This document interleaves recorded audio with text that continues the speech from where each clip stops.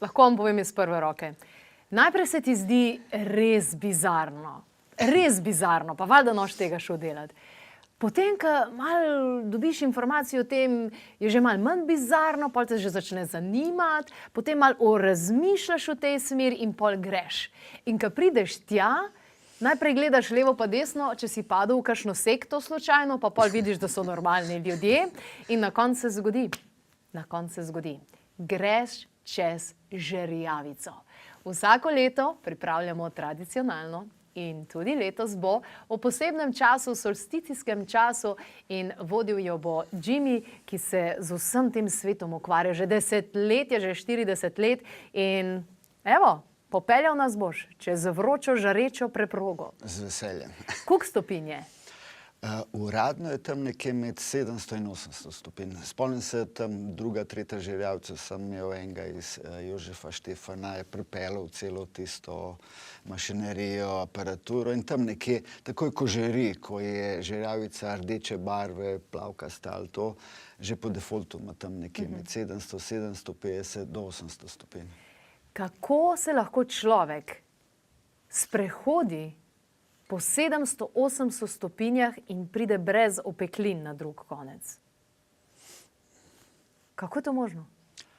Zelo enostavno. Proces je zelo enostaven pravzaprav. Vse, kar rabimo, da se sprostimo, čeprav to izgleda enostavno, ampak ni vedno. Ampak sproščanje, umirjen um je v bistvu bazično, plus jasen namen, ne. To dvoje, čeprav zelo enostavno zgleda, ampak to je formula za celotno naše življenje, ne? Ker mi se non-stop srečamo z žerjavico v vsakodnevnem življenju.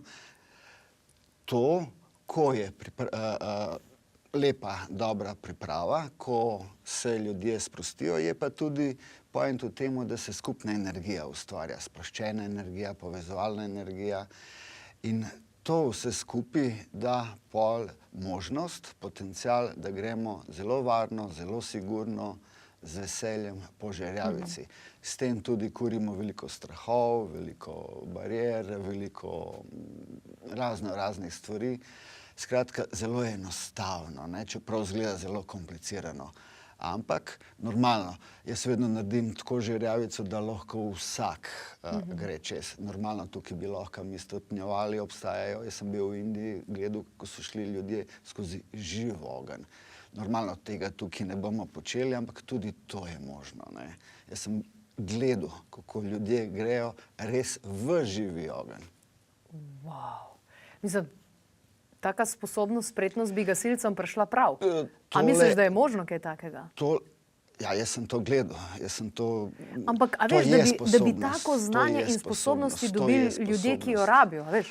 To je sposobnost, ampak to je povezano že z dolgo pripravo, meditacijo. To je v bistvu že jogijski način življenja oziroma duhovni način in to je del določenih moči, kako temu rečejo v jogi. To tukaj ne moramo delati, ker to je dejansko čisto ena druga zadeva, ne. Ampak že to je korak proti temu, ne. Jimmy, poln si znanja, ampak v resnici me zanima samo nekaj. Ali se je tvoja žerjavica kdaj končala s tem, da je reševalec mogel priti? Da je prišel reševalec? Ne. Na prvi moji žerjavici, ne, ko sem prvič vodil, ne, smo vsi celo noč tičali noge v izviru, zelo hladnem izviru. Okej. Ampak koliko je bilo to časa nazaj? Prva žerjavica, ki sem imel, je bilo 88. leta, ne. To se pravi, zdaj že, koliko je to? Ja, tukaj sem jaz stara, 35 bo. 35 let. No, ko si se ti rodila, jaz sem prvič hodil po žerjavici, da sem vodil. Ja. Wow.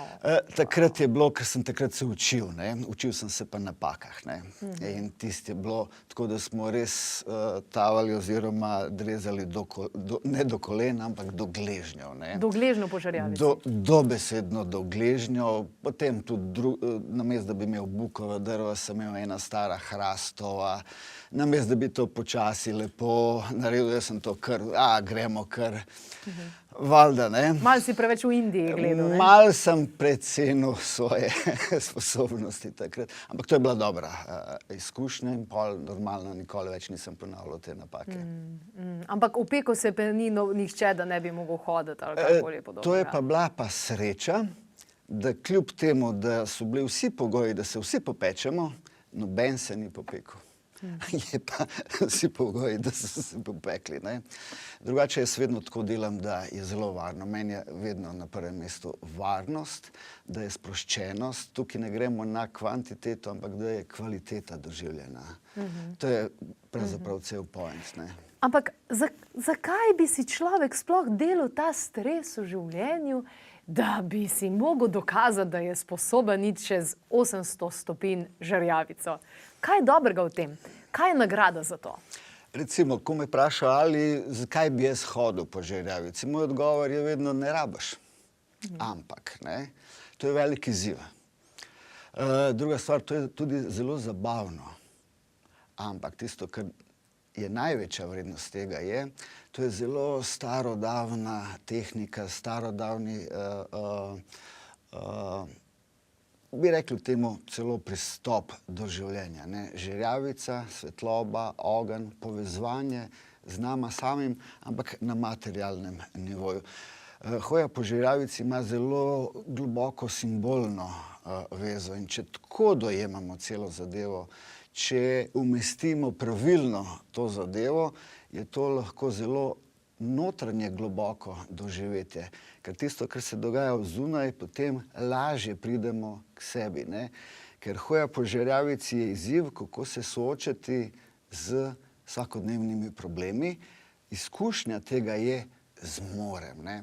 Največja ovira vseh nas tekom življenja je, da tičimo v omejevalnem prepričanju ne zmorem, ne. Vse ostala prepričanja temeljijo na temu. Ne zmorem to, ne zmorem ono. Tukaj pa direktno pridemo zmorem. Ko mi rečemo zmorem, se to aplicira na vse, ker to je glavna zadeva, ne. Moram reči, da jaz v svojem življenju kakšnih 10 let, 12 let, 10 let nazaj sem prvič stopila na žerjavico in od takrat imam jaz eno misel. Karkoli mi je težko v življenju, si rečem, pa če si hodila po žerjavci že tukrat, bom pa še to zrihtala, ne. To se nekako vtke v spomin, ne, zmorem. Mogoče tebi je že to tako normalno, ali pa tistim, ki hodimo, ne, ampak tisti, ki prvič pride, se zelo vtisne v spomin. Jaz se zelo še zdaj spomnim prvega koraka, ki sem naredil. Bil sem presran kot vsi ostali, ne, ampak tisti občutek zmorem, wow, ne. Plus še po žerjavici, kar je še dodatno vizualna stimulacija, da dam. In dejansko izkušnja tega je, da ne glede, koliko je težko življenje, ne glede, s kakšnimi izzivi se soočamo, ne glede, kolikokrat pademo, ne, ker ni človeka, ki ne pade. Vedno najdemo tisto, da zmoremo in da gremo naprej. To je recimo ena od praktičnih aplikacij hoje po žerjavici, plus da ima zelo duhovno konotacijo, ne. Zdaj, jaz sem bila že na veliko različnih žerjavicah. Kar sem ugotovila je, da res vpliva ta astrologija. Tudi nazadnje, na tvoji žerjavci, nazadnje, ko sem bila na tisti astrološki datum, je bilo kar intenzivno. Zdaj, datum, ki smo ga izbrali, je solsticijski datum, datum ob solsticijo, ne točno na tisti dan, ampak v tistem vplivu.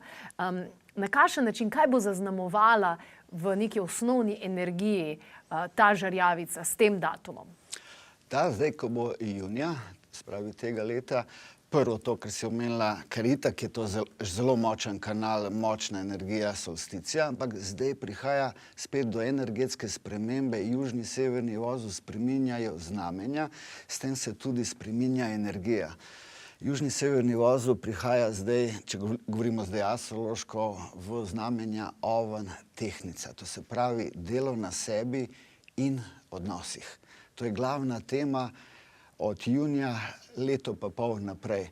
Zaradi tega je zelo pomembno oziroma izredno dobra energija, da ponovno vrnemo k sebi, da delamo na samozaupanju, da delamo, kdo mi smo, kdo so drugi in da očistimo, ojačamo svoj odnos do sebe, oven, in do drugih, tehnica. Wow. To je popolno potem za ta čas. Ata na mamo. To kot ata na mamo, s tem, da tukaj smo uporabili še ene druge vplive astrološke, Jupiter, takrat je v biku, oziroma Saturn, ta naš učitelj, prihaja v ribe. To se pravi, zdaj je čas za konkretno prizemljeno duhovnost. Glasba za moje ušesa, prizemljena duhovnost. Več informacij na klepet@kavi.si. Tudi del naše ekipe bo seveda tam, tako da se bomo podružili in skupaj zaplesali na ognju. To še pride.